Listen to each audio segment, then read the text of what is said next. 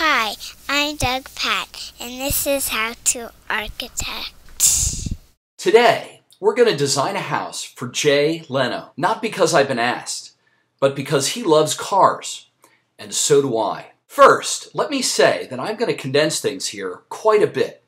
The work you see in the video took 2 days, not 2 months, or even 2 years, which is actually a viable time to design a house, depending on the tenacity of the client and the scale of the home. Let's say that Jay owns some land, probably on a tropical island, but it's got to be well inhabited, so it has roads. Let's also say that the island would be a perfect place to drive some of his sports cars and motorcycles, and to film his web show, Jay Leno's Garage. Let me also say at this point that I'm a huge fan of Mies van der Rohe's work in steel and glass. I'm also a big fan of Philip Johnson's Glass House, both of which I'm going to draw inspiration for the design. First, I thought it'd be really neat to make a building that created an amazing backdrop to do a show about cars and motorcycles. The backdrop would be the ocean.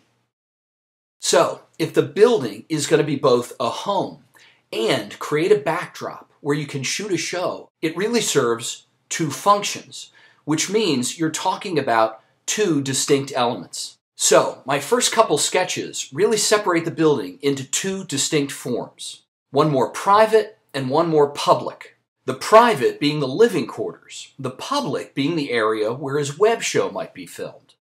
In my first couple sketches, I have the public portion of the building jutting out into the ocean, so the cars can be filmed with the ocean as a background. This is an interesting solution, but it blocks the view of the more private part of the residence, where, at the end of the day, you really want the views. So I switched them. Now, Jay's married with no kids, so we don't have to worry about site-specific safety issues, like being right on the water. I know Jay writes for a magazine, probably loves great views, and will also like being near his cars and motorcycles. So let's make this thing happen.